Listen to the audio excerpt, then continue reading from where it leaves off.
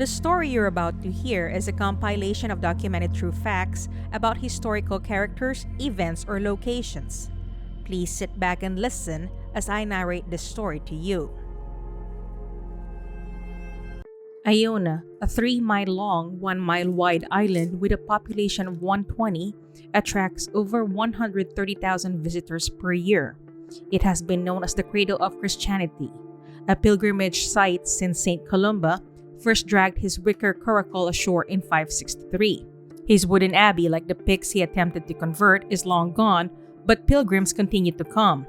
The island's true history is lost in the mist of time, but tales of dragons, silkies, fairies, saints, and miracles entice visitors. Some come to pray in the small stone abbey and to see the Raelig Odrin, where the kings of Scotland are buried in a sacred earth that purifies sin. Some walk among the ruins of the Augustinian nunnery, where the black nuns once hid and dedicated their lives to God. Others come looking for fairy rings and ancient ghosts, while others come for the breathtaking beauty and strange ethereal light that allows those who see it to believe that maybe, just maybe, there is a heaven after all. Iona was a sacred place for both ancient Celts and early Christians, as it was the site of the creation of the Celtic Christian illuminated manuscript, the Book of Kells. Long before Christianity arrived, the island was visited and used for ceremonial worship. Marie Nora Emily Fornario, better known as Netta, became interested in the island of Iona after reading a story by her favorite author, William Sharp, in which the area around Loch Staunig was described as a place where fairies roamed freely. Those who knew her said she was extremely intelligent. Netta was going to Iona, according to fellow occultist Dion Fortune, to do some deep healing and study green ray elementals, or non-magic folk speak fairies. Dion Fortune was a well-known occultist at that time, and he knew Netta well. Dion, on the other hand, distanced himself from Netta because she was getting too involved in things she couldn't understand or control. Netta, who was around 30 years old at that time, traveled to Iona from London in the autumn of 1929. She packed an unusually large amount of luggage, clearly intending to stay for an extended period of time. She was not your typical woman of that time. She was a member of the Hermetic Order of the Golden Dawn's Alpha et Omega offshoot, founded by the famous occultist Aleister Crowley, and an officer in a co-masonry lodge in West London, a Freemason lodge that admitted both men and women. Members of many of these orders dedicated themselves to learning ancient magical rites, entering meditative trances, summoning spirits and demons, and taking part in elaborate ceremonies that could last days. She was also suspected of being Rosicrucian, an order that claims to have inherited esoteric knowledge from ancient times. The name is derived from the order's symbol, a rose and a cross, which is like Martin Luther's family coats of arms.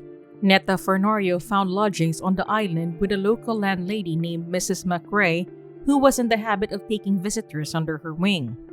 Despite her curiosity, she asked no questions of her strange visitor. She concluded that the woman was clearly ill. Netta, pale and tired, slept a lot and took short walks of no more than a few hundred meters. Mrs. McRae and her island neighbors were mistaken if they thought Netta had come to Iona for her health. Netta's trip to Iona was for a completely different reason. The humble islander and the occult practitioner made an odd couple. However, a friendship developed between the two. Netta believed she had been given the gift of healing and fasted until she became ill in order to enter a trance-like state and be at one with nature and the universe. Mrs. McRae, her alarmed host, was advised that if she was ever discovered in such a trance, she was not to be summoned by a doctor. Netta, it turned out, had traveled to Iona to work on a terrible case of healing. She was attempting to channel the green ray elementals, fairies or spirits who protect the nature's life force and cause things to grow and heal.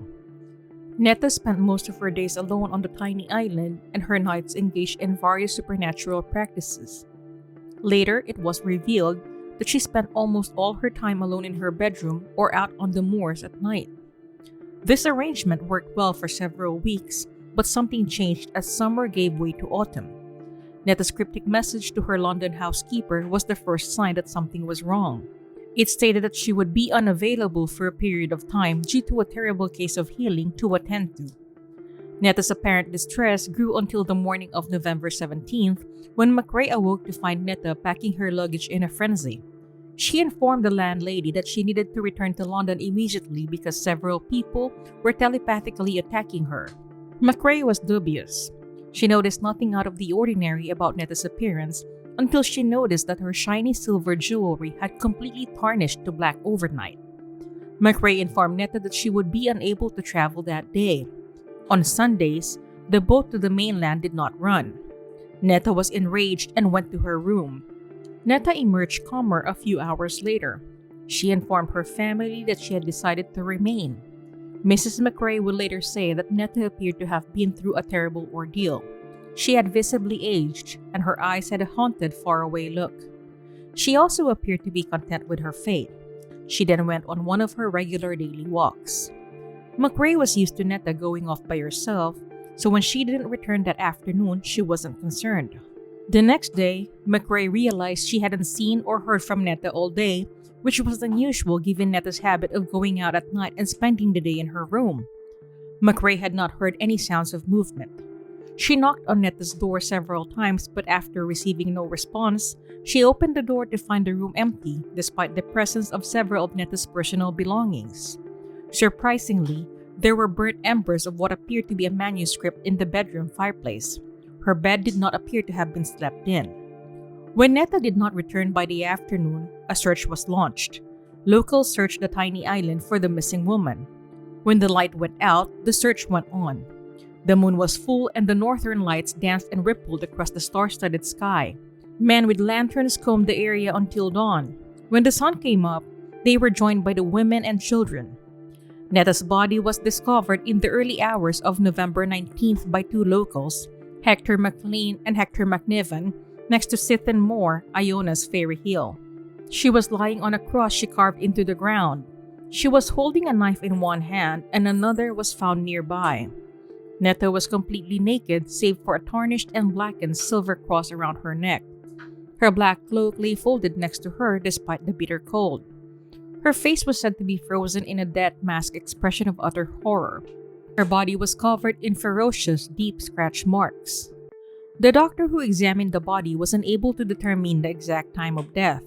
As a result, he declared that she could have died at any time between the 17th and the 19th when her body was discovered.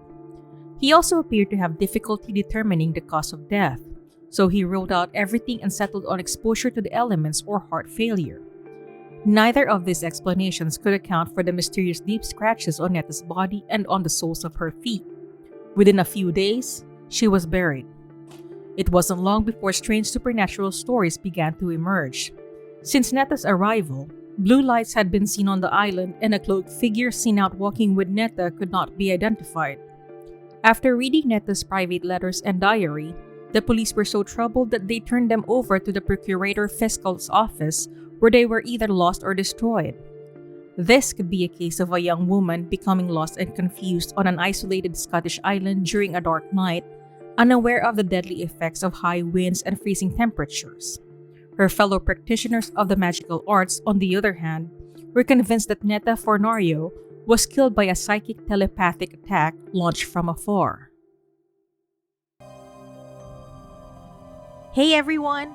I just wanted to express how grateful I am that you took time out of your day to listen to my narration. This is Nikki of Twysted Mind, and I'd like to wish you a wonderful rest of your day. Salamat!